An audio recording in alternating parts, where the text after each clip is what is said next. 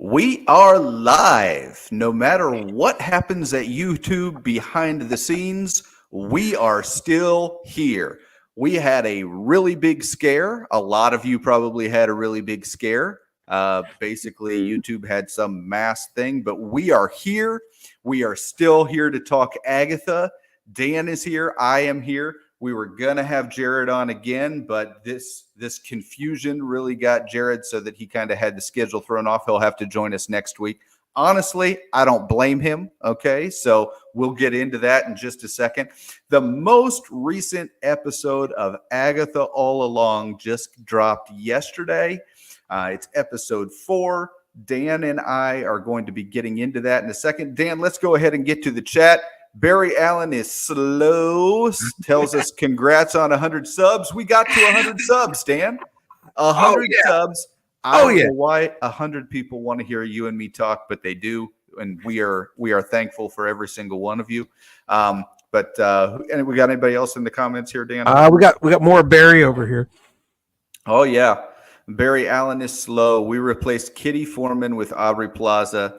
You have my attention. Well played, Marvel. Well yeah. Played. Okay. So that's something that we'll get into. So let's go ahead and talk about Agatha for a second. Okay. I know that Dan and I are coming from opposite sides of the spectrum here on this. Just if you've watched us the last couple weeks, you already know this. But Dan is kind of coming at this from the perspective of the MCU is dead. Just give me something kind of entertaining and fun to watch. Quality doesn't matter, as long as it's somewhat intriguing. That's as long slander. as it's somewhat listen. As long as it's somewhat intriguing, Dan can accept it. I expect a little bit more from Marvel than that. I want Marvel quality to be Marvel quality. I think that they can do better. And that's just my opinion on it. So I'm not saying let's go ahead. I'll give you a chance to respond. Give me a second here, Dan. Give me a second. Gosh, man. All right. Hey. Yeah. Oh, look at that. Mrs. Nerd Champ Jessica Johnson. Congrats. 100 with many more to come. Well, unless YouTube has another one of these little glitches. Yeah. All right. Oh my God. But anyway.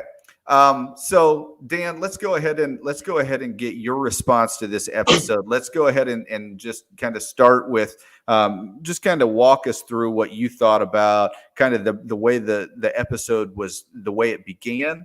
Then kind of the meat of the episode when they got to the house, and then when the episode wrapped up. Just kind of give us your thoughts about everything right there. Okay. Yeah. I think the show is of a high quality. I just don't think it is the tone that you're necessarily looking for. The episode opens with we're on the road, and most of the coven is mourning the loss of Sharon, aka Kitty. I say most because Agatha obviously could care less and is ready to just move on. Yeah. And that gives us our opportunity to reintroduce Aubrey Plaza as Rio in what I thought was a fun scene with the spell and the reveal. The introduction was in the trailer, so we had seen that, but it was cool, kind of creepy with like the coming out of the ground with the broken bones. That is one thing that I will say. That was a cool scene, and I don't know. You have to have something in the trailers, but I try to avoid teasers and trailers even. I haven't watched any of it. Yeah, this, Yeah, because I did see that one, so I knew that scene was coming based on what I had seen in the trailer. But that was cool. I thought Aubrey Plaza was great in this episode. The fun. She's got a very deadpan delivery that is just fun. She had that in Parks and Rec. She has it here, even though it's a little bit more serious, but it's still comedic. Then we're going down the road, and we know, of course, that we're going to have every episode. We're going to have one witch is going to stand out and have to pass the trial for the other witches to get through to the next level. And this week we have our protector witch, whose mother was lost. We get a house. She tries to run away. But there the house is in front of you over here, so you have to go in, and it's her mom's house. And we get what Tim really, really wanted. what he had to have for a successful season, what he's been waiting for since episode 2, I think it was, more singing. Yeah. I know And not just more singing. Okay. Oh yeah. They introduced this song 2 episodes ago, but Yeah. there's apparently it's never too soon for a cover. Apparently, we had to do a cover of the exact song they just released 2 episodes ago.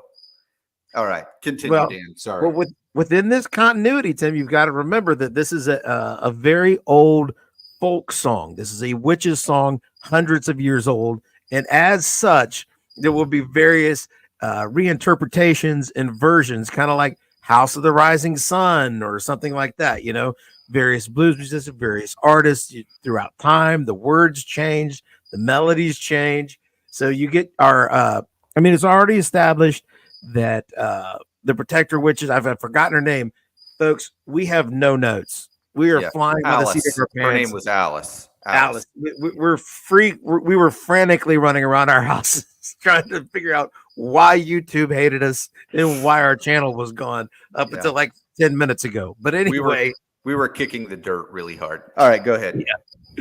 Yeah. Jared was crashed into a deep, dark depression. I think that's what happened there. Yes. He's still mourning. He's still mourning the YouTube channel that he thought was dead. That was the problem. Yeah, that's the thing. You can't tell his emotions that it didn't happen. But anyway, we've already established that Alice's mother was like a Stevie Nicks figure. Let's not mince words. She is a Stevie Nicks figure. She's a witchy rock star from like a 70s era, 80s era. So we know who she is. She's Stevie Nicks. Only Asian Stevie Nicks. That's what we're going to call her from now on. So we go to Asian Stevie Nicks' house, and the test this time is for the protector witch. So it's her past trauma, and at the same time also her week to do the task, which is different because in week 1 the house wasn't really specifically associated with anyone, and yet our potion witch had to overcome the task. With this one, we doubled down with Alice, and we had to fight a demon by singing a song, Tim. And what's a better way to fight a demon than to sing a song at it? Because, listen, it's a show about witches, Tim. I understand that. Witches chant, witches sing, witches do these things. This is what witches do. It's a show about witches. You're either in the market for a show about witches or you're not. So, you know, the cricket liked it, Tim. Yes, apparently. You hear that?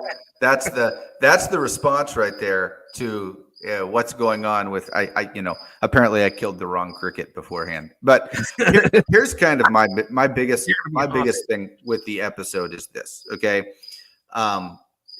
First of all, I do not like having a standard format episode to episode. Okay, I just think that is, the idea that they're going to go into a house on the road or encounter something on the road, and then they're going to have some kind of a like almost lock in their challenge, and then that's going to be something that they're going to have to overcome, and it's going to be one of the witches that has to use their specific strength in order to overcome it, and then they're going to be a little stressed that they might not be able to do it, and then they're going to do it, and then at the very end some door opens up and they move through. It's exactly the same every episode. That's going to be the thing that I just am not going to be able to get over. That's not something that sounds fun to watch every week. I already know what's going to happen next week. Okay, I already know. And sure, you might mix in a demon or you might mix in some other witch thing, but this is just not the kind of thing that I personally am looking forward to seeing every week. So anyway, let's see what our good friend Jonathan had. The song is the only good thing about the show so far. This is a show for wine moms on Halloween to binge. It's definitely not for comic book folks like us. Jonathan, I agree with you, except that I hate the song. I hate the song with the fire of 1,000 suns. If I was a witch, I would put a curse on anybody that sang this song. I hate this song. Now, it is awful. It Listen, peels my ears. It's terrible, Dan. I would yeah. rather listen to 1,000 cats being run over by a bulldozer. This is terrible to me. We've gotten Okay. we've gotten the wine mom's comment before. We put it in our thumbnails. We've had it in the comments. I'll tell Jonathan the same thing I told the guy in the comments week one. I'm a 40-year-old beer dad, and I think it's funny. I'm enjoying it. I'm not a wine mom. I don't know any wine moms. My wife is not a wine mom. She doesn't drink wine. She doesn't like wine. You can scour our house. You will not find any wine. But everybody here, my wife, my daughter, me, we enjoy the show because it's fun. It's just a fun show. But I will say that while I did down.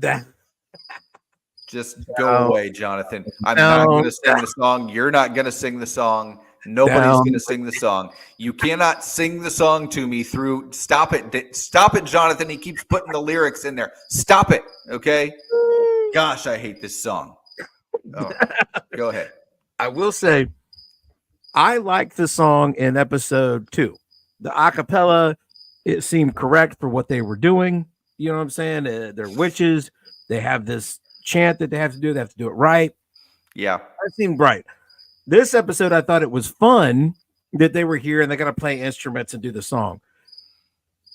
Fictional pop music in TV and movies, to me, it's like when you watch a show about where they're making, anytime you watch a show where they're making something creative in the show, you just got to tell yourself in your head that within this continuity, that's very good. You know what I'm saying? Like, yeah. Like obviously, I mean, honestly, I think the lyrics to the song are just abysmally terrible. I cannot think to myself that the lyrics to this song are what a witch really would have come up with in, for a ballad that was supposedly written how long ago. I mean, it sounds very, very like, let's try to come up with something that relates to the plot of this show within like 15 minutes. And I just didn't, it doesn't land for me. I don't like the song. I'm never going to like the song. I understand, but you are correct, Dan, in that whenever we're dealing with something like this, we have to pretend like it's good because that's really what it is. I mean, whenever we deal with this, Mr. Holland's opus, right? The very end, the very end, when you're listening to the thing that he spent like years and years, and you're just, I remember the first time I heard it, I was like, that was it. You know what I mean? And that's kind of where I'm at with it. It's like, but within that, you just got to be like, oh, but he got to perform the thing that he worked so hard on. And it was pretty decent. You know what I mean? So I get that, but I just hate that song. Yeah, I do. Here's the thing. I like the lyrics the first week because, it's describing what they're doing. The sound this week, it was supposed to sound like a lost Stevie Nicks song because it did not. It did not capture that mood. Fictional rock music is never good. There's one example of where they nailed it, and it's that movie Eddie and the Cruisers, that song On the Dark Side. You're like that, and it is a hit. The only reason that movie exists is because the song was good. But when the movie is good, the song is bad. You can't get the good writers all at the same time, I guess, is the problem. But the other thing, the lyrics this week were different than the lyrics in the first week because this was the rewritten version. I didn't even notice. I'm not gonna lie. I didn't even notice. You didn't notice, and you should have paid attention because you'd have a whole other thing to be upset about. I fell asleep during the first one, and then during the second one, I was just like, "This is the same stupid song," so I didn't even listen. They stated in the dialogue that they made this amazing discovery that her mother's version was a protection spell to protect the daughter, and it's like it was an epiphany that they had, right? But when they sang the lyrics, it was so obviously a protection spell. Yeah. It was not hidden at all. It was it's just like when you're watching, when you're watching Frozen 2 and she's just like, remember that song that our mom used to sing us when we were in bed? Oh, oh, that's telling us where she's located all these Yeah. years later. No, it's it's stupid. And the Okay, song it's lyrics are stupid. like, turn left at the Yeah, second exactly, tree. exactly. You know, walk Oh my until you God, it find was walk directions. until you find the beehive and look for the X. Right? I mean, come on. Like, so anyway, so yeah, there was a little bit of that in this as well, where you're just kind of shaking your head and saying, "This is so obviously protection." Yeah, I Yeah. agree with that. That's Yeah. definitely a thing. Yeah. It was very like this epiphany should have happened like 30 years ago. So let's talk for a second about a couple things that bug me about the episode. First of all, they're still dancing around who Teen is. Okay. Yeah. We all know that he's Wiccan. That's already been kind of leaked that he's Wiccan. So that's something that I think is kind of something they just need to get over. They need to move on from that. We got 9 episodes, man. I don't want to wait until the halfway through the 8th episode for them to tell us that this is Wanda's son. Okay. We already know this is one of the twins. It's okay. You can tell us, you know what I mean? This was bound to leak. You had to know this was bound to leak. I have no idea why they are dragging it on as long as they're dragging it on. So that's number one. Okay. The second thing is that demon. Wowza. Okay. I'm getting like flying monkey from Wizard of Oz vibes. It was a really, really, really bad low budget. Now, to be fair, the budget numbers for the show just got leaked this week, and what they say is that it was the lowest budget Marvel show to date. All right, they didn't release the official number, but we know it's the lowest budget Marvel show to date. The lowest one before this was Echo at 40 million. So think about that. 40 million, less than $40 million to make 9 episodes. So when I look at the demon, it makes sense, but that doesn't make it acceptable. It looked bad, man. It looked CW bad. It looked PS2 bad. Okay. Like it looked real. Like, I think if you give me enough time in my little studio that I have set up to do graphic design, which is my kitchen table, I might could do something better. Okay. So I think they really, really need to fire whoever was in charge of that demon. Okay. Now, it was an invisible creature for the majority of its existence, but for the very small fraction of time we saw it, it was terrible. It looked awful. Okay. So anyway, so that was it. And Jonathan's in again. The demon looked like something out of a Tenacious D music video. Absolutely, man. Dude, absolutely. It looked parody. It looked as parody as it could be. Yes. Can I say something? The whole sequence where they're fighting the demon with the power of rock to make it disappear. Yeah. All I could think about was Tenacious D. But I know everybody's going to watch this later and be like, oh, it is Jack Black trying to plug his band. No, but I'm not Jack Black. But I do like Tenacious D. And I don't want to get into all of the, like, come on, let's focus on Agatha All Along. We don't need to get into Tenacious D controversy. Yes. but that was, that it like the whole sequence, the look of the demon, the fact that they're fighting a demon with the power of rock. Yeah. They should have contacted Jack Black to write their song. It would have turned out so much better. But, they had a true demon destroying track ready to go. Now here's my justification for the demon. It was not great.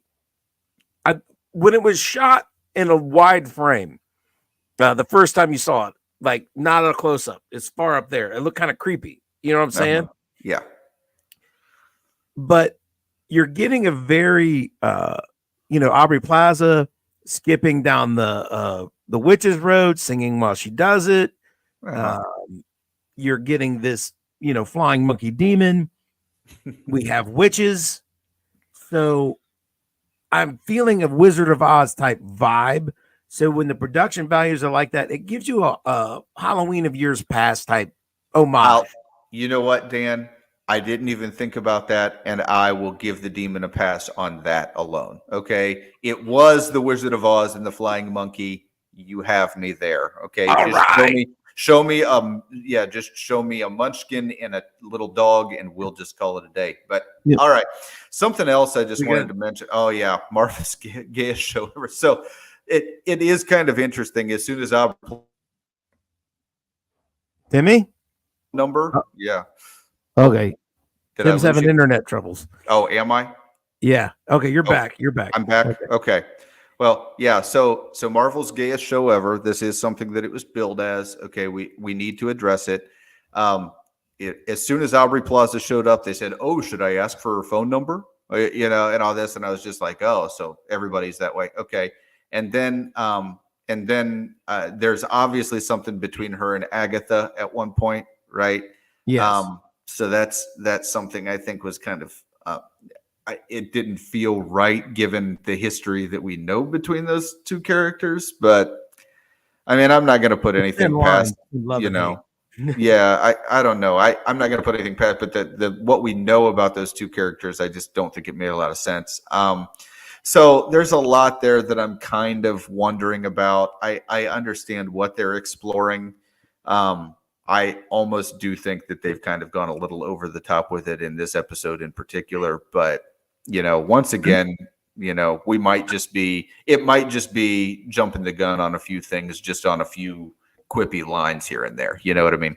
So I'm going to say this because I knew we were going to have to address this when we talked about this episode. And I want to encapsulate it like this. Now, witches in 2024, right, are like rainbows. Okay? It's something that we all used to be able to enjoy without having any other implication. Like, oh wow, that's a rainbow. We're back to Wizard of Oz, Dan. Yeah. See? Again, Wizard of Oz used to be something that a grown person could enjoy with no implications. You could think that the ruby red slippers and Toto, you could think all that, and Dorothy was great. But now, when you think Toto's great, when you think Dorothy's great, when you're into witches, if you really like rainbows in 2024, that has implications. So, on one hand, they didn't lie when they said this is Marvel's gayest show ever. But when they told you it was a show all about witches, if it wasn't their gayest show ever, I think they're straining credibility in 2024. It has to be.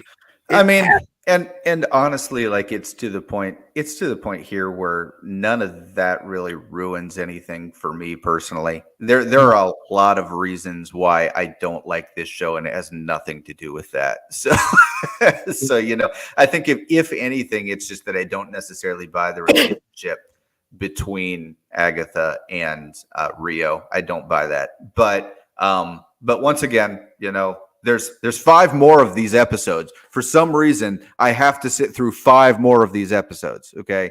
So, so there's still time, They're going to sprinkle in story because, after you clear the level at the top and bottom of each episode, we're going to get a little bit of the overall story. Mm-hmm. And that's the only place you're going to get it, because that's where you got it this week. This week, you found out that, Kitty really is dead. Mm-hmm. And she'll be back on that 90s show on Netflix in a few weeks with Red and her granddaughter. So Kitty's gone, and we subbed Rio, and she showed up, and they talked, and then they cleared their task, and then Rio had her scenes with Agatha. So we're going to get the overall story at the top and the bottom of the episode, with a big thing in between where they clear a level. I don't know what they were calling them. Challenges, tasks, whatever. It's a video game plot. They're clearing levels. They are. every week. It is video game. So at the end, we had the overarching. We all know, or at least we think we know, that Teen is Wiccan. He's Wanda's son, but it's fairly clear that Agatha at least suspects it could be her son. Mm-hmm. So there's going to be some drama there, because she's going to find out that it is or it isn't. But I think it's very obvious that the way we're going is she thinks that it could be. Yeah. And go ahead.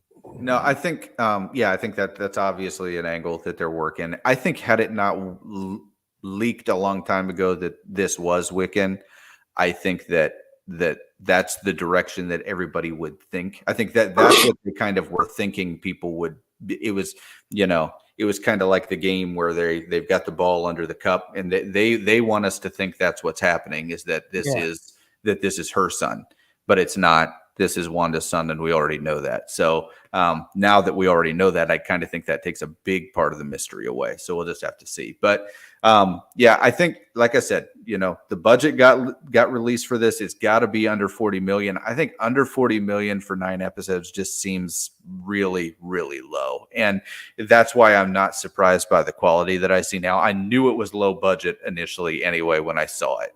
I didn't know it was going to be that low. And knowing that it's that low has me really questioning, like, who did they get to do the writing? Who did they get to do, there's a lot of different things. And there's 9 episodes, man. If it was $40 million for 5 episodes, okay. But $40 million for 9 episodes is just not a lot. So my biggest complaint always when we're dealing with the MCU is how does this work interwoven in the rest of the MCU? And because this doesn't, what I would say is they would have been better off doing what they did with Echo. Echo, they released a different title called Marvel Spotlight, where it's involved in the MCU, but it's kind of set apart and it's its own story. Something that you wouldn't really need to watch the rest of the MCU for in order to enjoy. I almost think this should have been released under the Marvel Spotlight instead of Marvel Studios. That's just kind of what I think. I think it would have made a lot more sense.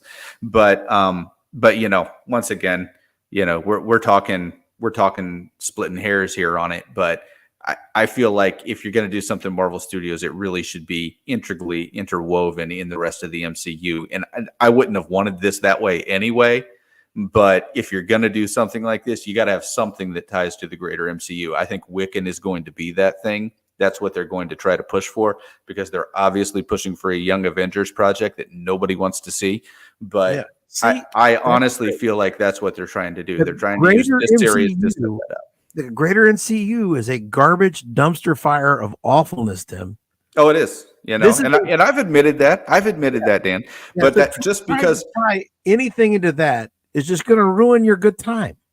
Yeah, it's already ruined my good time, Dan. It's going to ruin my good time either way. I do this show with you, okay, where I have to sit here and talk about it regardless, so it doesn't matter, okay? But yeah, it's not going to connect to that. It doesn't have to.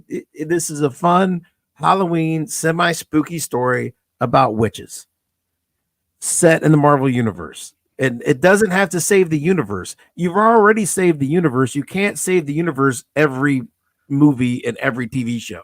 There's a certain level where I just say to myself, if I'm going to be watching something Marvel, okay, I need to watch something that's captivating. I need to watch something that the stakes are going to be relatively high, and not just for that person, okay? The stakes are high for Agatha, obviously, but Agatha's character is someone I don't care about. The fact that the stakes are high for her, I don't care. You know what I mean? The stakes have to be high overall, or else it's not going to be anything that matters. Can it be high for Westview? Can it be high for something else that I can see someone having to come in and save the day? That's kind of what I want, and I just don't see that ever happening here. You know what I mean? I don't think we need these continually climbing stakes, because see, the desire to make these stakes huge every time is what went wrong with Ant-Man and Quantumania. But I don't need the stakes to be that high, okay? But I need them to be bigger than this. Like I said, could she save Westview? Westview is just one little town, right? She could just save that little town. She could be the one that saves all the people in that little town, or somebody in this coven could be the one that saves that little, maybe Wiccan, okay? But just to have this whole thing be whether or not Agatha gets her powers so she can find out what happened to her son, that's not enough for me. You know what I mean? I don't know. I'd see again. This is a series about a fairly well-liked character from a well-liked show. Yes. And if you watch that show and you enjoyed that character, you could have surmised exactly what this show was going to be, and more or less it is that. And you knew going in whether you were going to like it or not. You know what I'm saying? Because Because even if you liked her in that context of that show, you got a good idea who she was, and maybe you weren't interested in seeing her as a solo act, but you'll know going in whether you are or you're not. You know, so. But I was gonna say the Aubrey Plaza Agatha thing, it kind of worked for me. I think we're dealing with she had to betray Agatha at some point. That was her backstory. That's her scar. I think she might have killed her son because she tells Agatha, he's not your son. Like I know you're thinking maybe he's alive somewhere, but have no doubt I killed him. So I that's what I took from that. So that could be interesting and exciting going forward. I think Jonathan's got something here. That's a good way to segue out. Do you have anything else that you wanted to say about this week's Agatha All Along? No, I mean, I think that pretty much wraps it up. I think that Agatha, for the most part right now, it's very clear the direction they're going to go. Every episode is going to be kind of the same format. We might lose another person or two, throughout the course of the next few weeks, but we got 5 more of these episodes that they've got to fill. Okay. They've only got a few more of these witches left. And then there's probably going to be some kind of heightened stakes towards the end. And then they all have to come back together and battle for the final episode or something like that. So, ultimately, I think we can kind of all see the direction that it's headed, which is another reason I don't like this series. It's kind of predictable, but for the most part, what I would say is, that's kind of where we're set up until next week. It kind of is what it is at this point. A lot of people are like it. A lot of people are not going to like it. I predict I'm not predicting a happy ending or I think that Agatha will betray. I don't predict personal growth in this story. I think Agatha is going to betray these witches. I think by the time the series ends, none of these people are going to be friends anymore. Yep. But I still think it'll be fun how we get there. Yep. I am just, for the most part, I'm done. I've been done with the series. I'm watching it. All right. I'm watching it so that we can comment on it. But ultimately, I've completely checked out. My interest in the series was low to begin with. Okay. I came in about here. Okay. If I could dig a hole about 60 feet down, that's where my interest is right now. So that's just kind of where I'm at right now. I mean, it's just not keeping my interest. It's not a good show in my mind. It's not well produced. It's not well acted. The sets are clearly cheap. The special effects are cheap. I feel like everything has just kind of been thrown together. It clearly is something that had a whole bunch of rewrites. These are the things that I just can't get over. So, I'm not going to sit here and say that I had super high expectations going in and that I should have super high expectations for something that has such a low budget, but I feel like it needs to be addressed. I just don't think it's there. These are the complaints you come away with when you approach something with a closed mind. When you go in knowing that you're going to hate it. But I do hate it, Dan. I mean, that's Listen. It's not about something you had no interest in it. You still have no interest in it. It doesn't matter how well produced or well acted it would be. I came into WandaVision just like that, though. I came into WandaVision just like that, and I loved WandaVision. So, but it was not about what you thought it was. I'm open to it. I'm open to my mind being changed if things progress a completely different direction. But I think we can kind of see the direction this is headed. That's the problem. What I'm saying is it's not poorly acted. And it doesn't look cheap. It's a tone that they're going for and that they're achieving. So you're just bringing your hate of what the subject matter is and applying it to this. So, you just don't like the tone. You don't like what the story's about. So you're going to just rip everything. Yes. Yes, I am. I'm glad that you're on to me, Dan. You're on to me. When I don't like something, I'm going to tell you that I don't like it. That's exactly correct. But you're going to pick apart, even where there aren't problems, you're going to find problems because you don't like it. See, that's the thing. That's what I'm saying. It's not poor quality. It's not poorly executed. You just, they're running the play. You just don't like the play. You know what I'm saying? Yeah.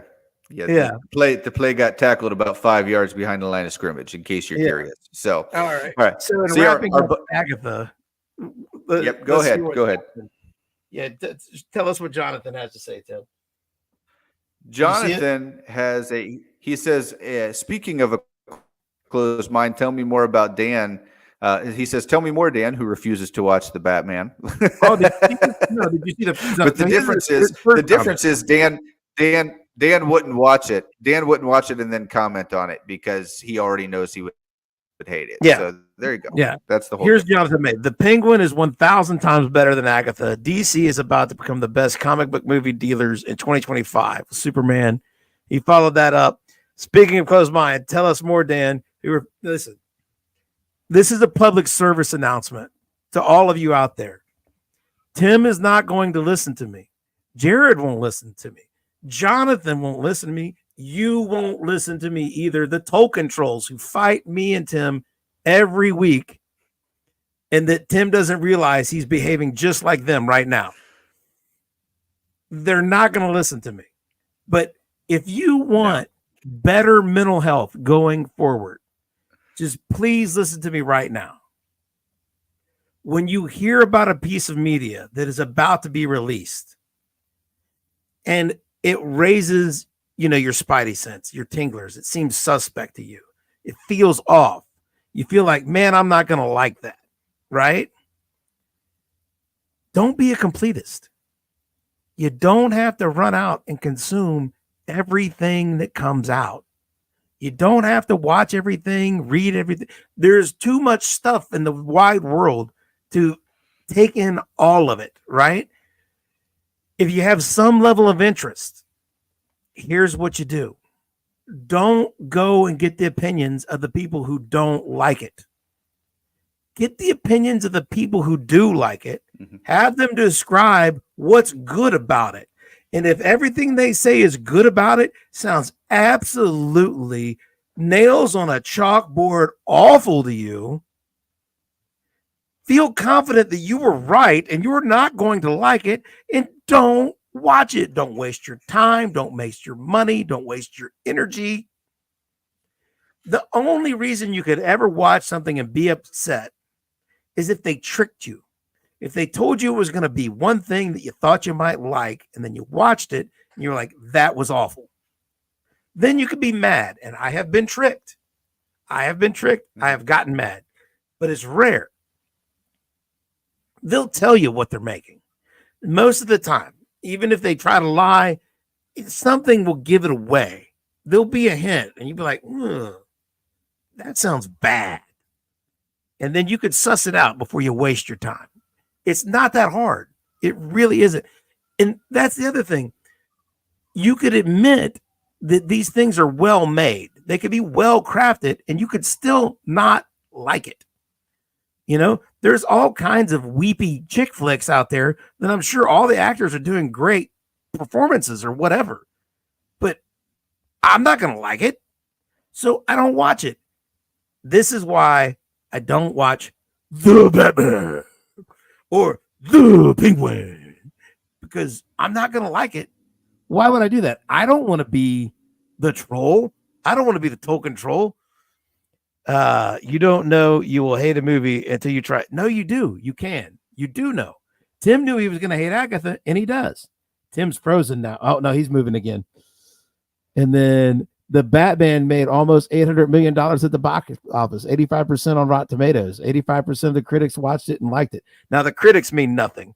5% of the critics like The Acolyte. So that doesn't mean a thing. 87% of audience scores were positive. Again, the people that it was made for really like it. I'm sure it is well crafted. Just like that wine I don't drink. And this show is that way. What's that? I said this show was that way. I mean, it's worth noting that Agatha, and I said that from the very beginning. The biggest problem that I had when I read the Rotten Tomatoes reviews was that it was reviewed significantly higher than a lot of other Marvel content. And the reason I think is because the only people who were reviewing it, both the audience and the reviewers, were people that had kind of gone in with a positive feel. And so it's a little different than some other stuff. I mean, it got higher than a lot of Marvel content. So yeah. So that's the thing. And it's great because we get to have these conversations. I'm glad you're willing to subject yourself to things that you're going to hate. I do. But all the time. and I used to be like that too. But at a certain point, something just broke in me. And I'm 45 years old, and life is short, and there's so much content that I know I will enjoy out there. Mm-hmm. I don't want to waste time watching things that I know I'll hate. Like, again, if people are trying to convince you while it's good, and the things that they say just make you think it's worse, Mm-hmm. then it's not for you. And that's fine. Mm-hmm. I'm never, ever, ever, ever, unless I lose a bet, going to sit through the but I can't tell you that you'll stumble across it accidentally on TNT one night, Dan, and you'll just be like, "Hey, what's going on here?" You know what I mean? You'll do it eventually. It happens to the best of us, right? But I'm not going to tell you that it's not well made. The cinematography is probably. I don't know. I'll never know. I'm not interested. I'm not. See, Tim thought he would like it. Did you go in thinking you would like it? There's a few things when I went in that I didn't know. Okay, first of all, I didn't know that it was almost 3 hours, so that was something I didn't know going in. I mean, I kept looking at my watch at about 11:30. I was like, oh boy, they haven't even sort of wrapped this up yet, So that was number one. But yeah, when I went in, I basically went in with a completely open mind. Okay. I went in with a completely open mind. And my biggest complaint with the Batman was that, and this is kind of a thing that I think Marvel is kind of struggling with as well. So we'll kind of tie this back to Agatha a little bit. There was, genre-wise, it just had no identity, right? Was it a film noir? Was it a suspense thriller? Was it a procedural crime drama? Was it a superhero film? Was it a mob film? There were a lot of different things that they tried to mix elements in for, and that's kind of where I'm at with Agatha as well, right? I feel like Agatha is trying to mix in elements of different genres without being a different genre. All right. The reason that it worked for WandaVision is because they went full gamut. They went all the way in, right?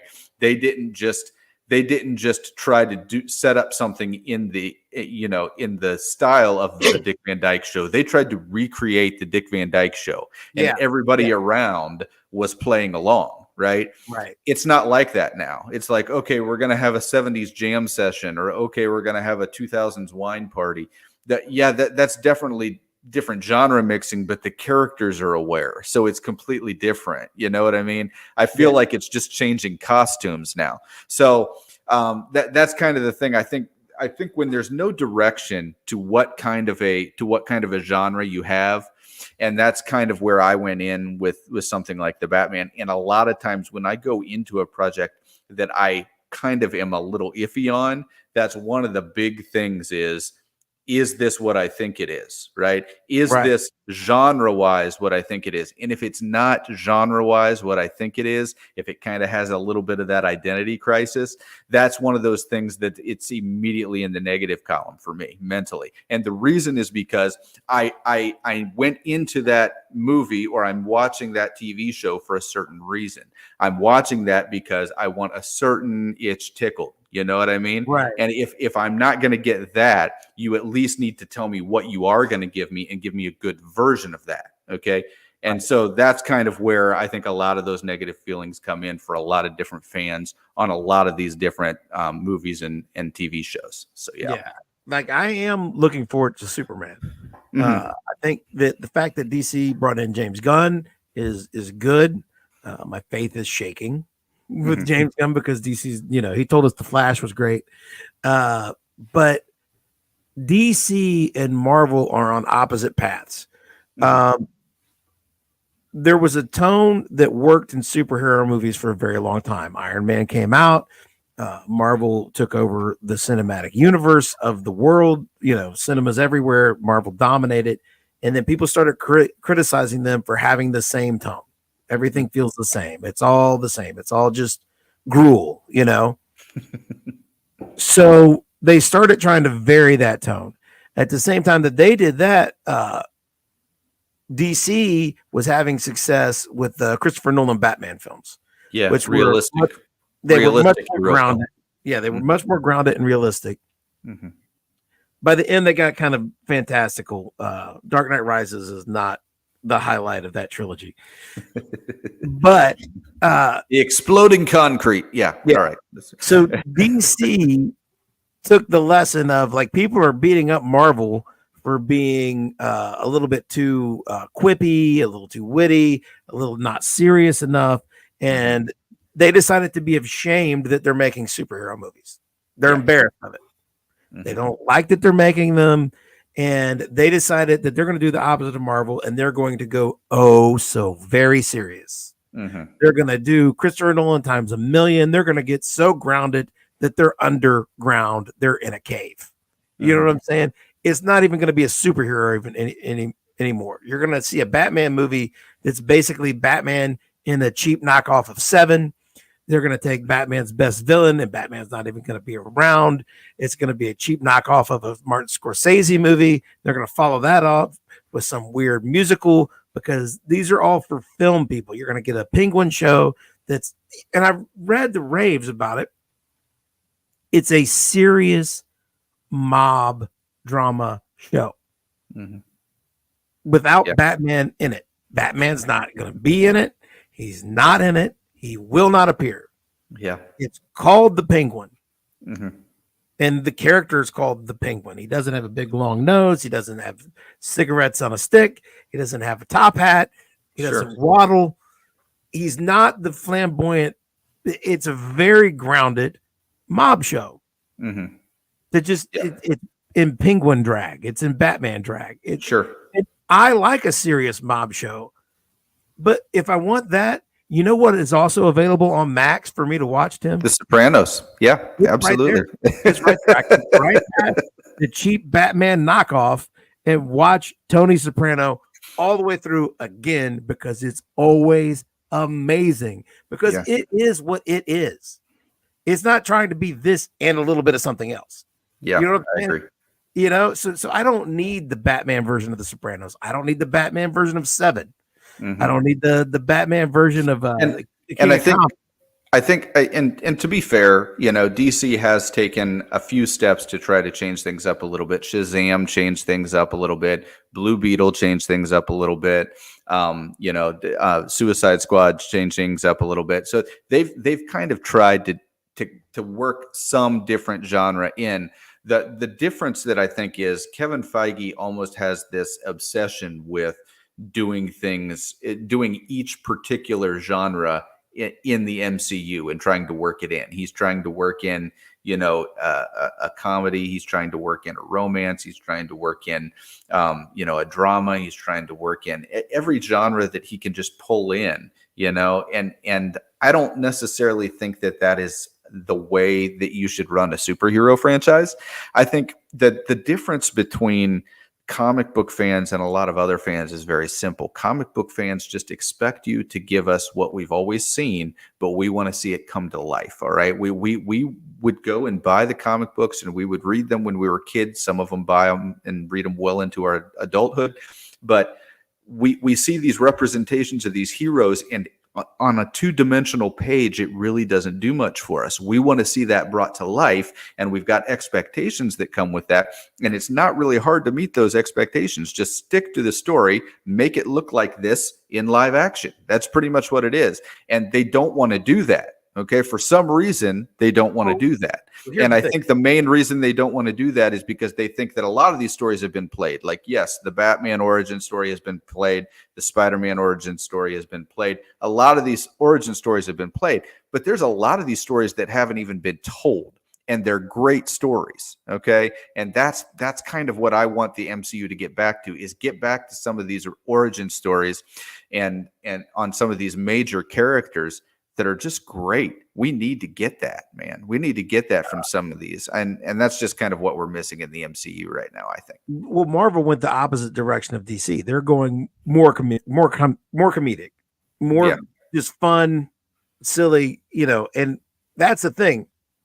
I'm okay with it being fun, because I like comedy. I like I mean, I like serious stuff too, but within this context, I'm much more willing to go along with something fun, Yeah. because if you're going for something fun and a little bit silly and a little bit funny, if it has a little bit of humor to it, I'm going to say that's okay. If you're going for something serious Mm-hmm. and then it's stupid, that's just going to drive me nuts. I can't take it.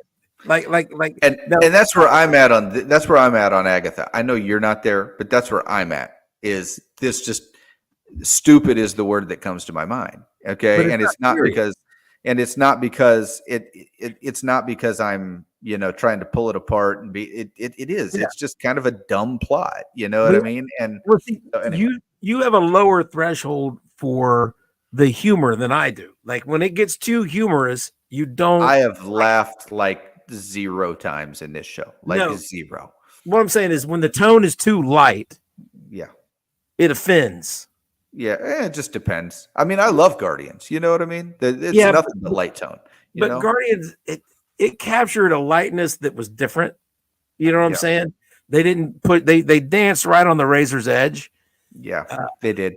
And they have went over the edge in some of the other films, and I'm fine when they do. That doesn't bother me. Like the difference between, everybody loved Ragnarok, so they turned that comedy meter up to 11 on Love and Thunder and lost everybody.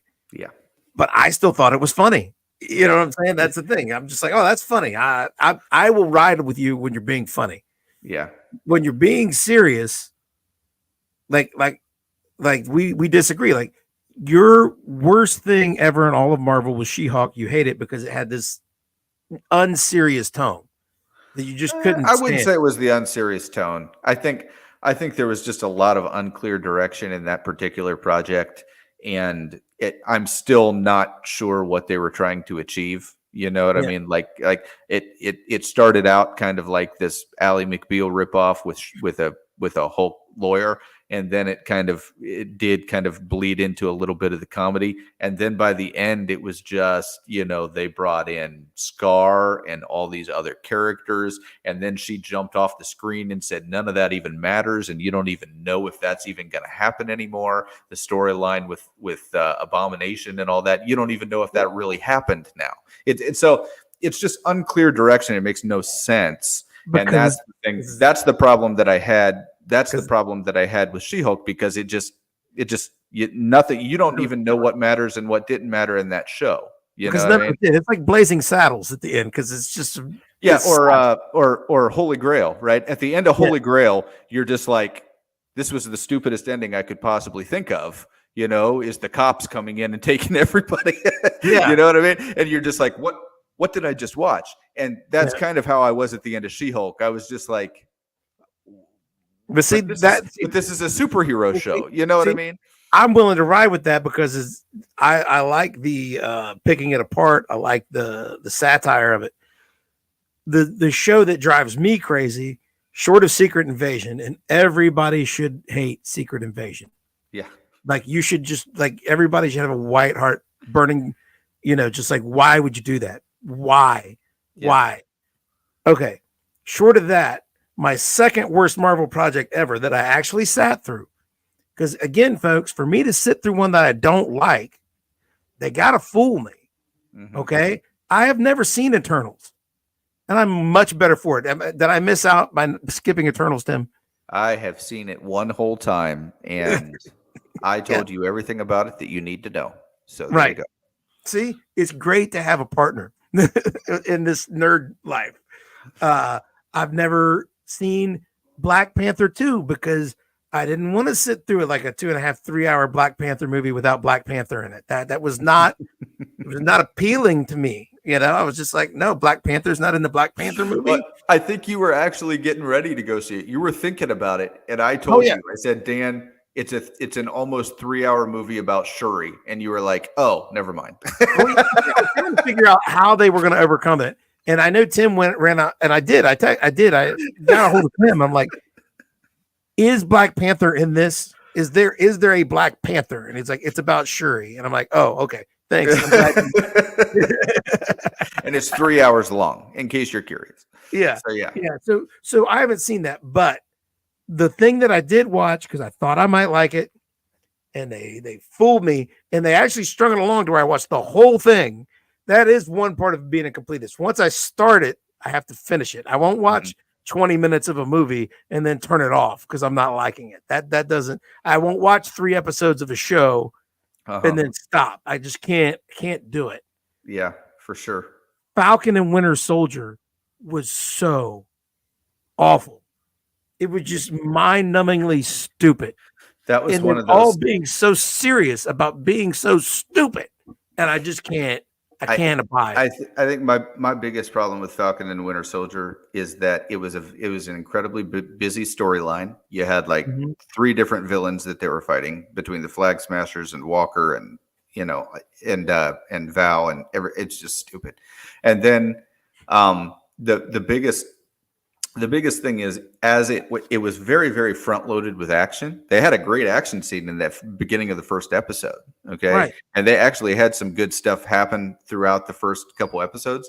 Where they lost people was they started like, let's go to the bank and try to get a loan, and let's work on the boat for a while, and let's, have an 80s workout montage, and all of that is the kind of thing. And then it got to the very end, which we all know, the speech, the "you got to do better" speech, was just awful. He doesn't have super strength, but he apparently can pick up a car. There's a lot of things in there that you're just like, what are they thinking here? And then on top of all of that, just not even thinking to call Steve Rogers and ask him what he thinks about everything was probably just the dumbest thing possible. But that was one of those shows I started, and Secret Invasion was too. I started completely open-minded, and by episode 2 or 3, I was like, hey, this might turn into something. And then by episode like 4 or 5, I was just like, oh no, I could see the direction. And that's the problem with a lot of these Disney Plus series. A lot of these Disney Plus series are that way. And I can already see the direction of Agatha. That's part of the reason that I'm already kind of like, oh no, you know what I mean? Because I know what it's going to be, and I already know I'm not going to like it. Yeah. The Falcon, I thought I really did. I was not crazy. I don't like legacy versions of heroes. I don't think anybody really does. No. You know what I'm saying? It doesn't even work in the comic books. If nobody will run out and buy the Dick Grayson Batman comic books. Green Lantern is like the only one where people don't really care. Other than that, built into the concept of Green Lantern is he's part of a corps. Yeah, exactly. There are always more Green Lanterns. It's like the Nova Corps, right? It's like, It makes sense.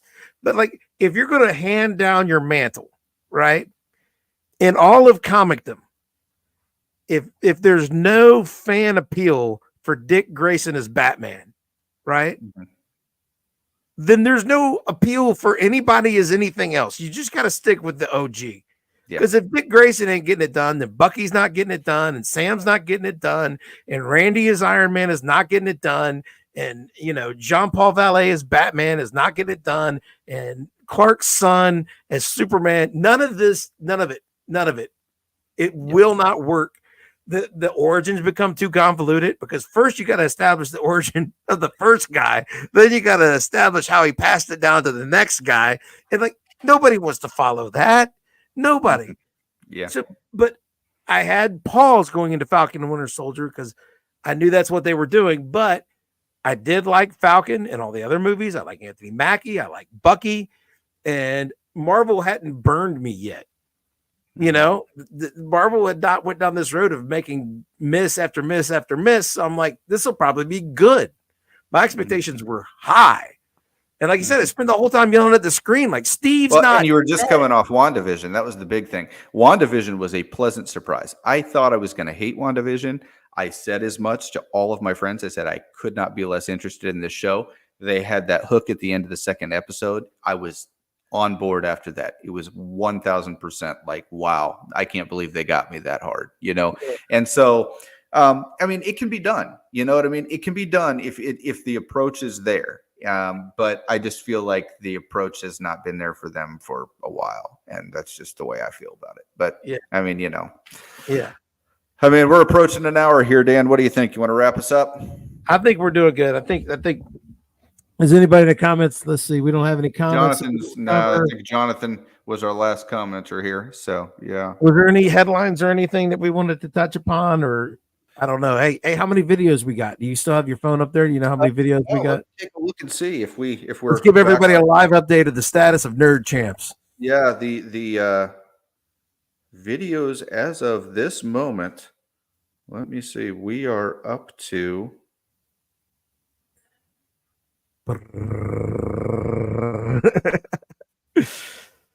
Sorry, I clicked on the wrong thing. We're up to 87, so they are restoring our videos. So there you go. Yay! You know, they are restoring it. We're about 10 videos away from being completely restored. So there you go. All right.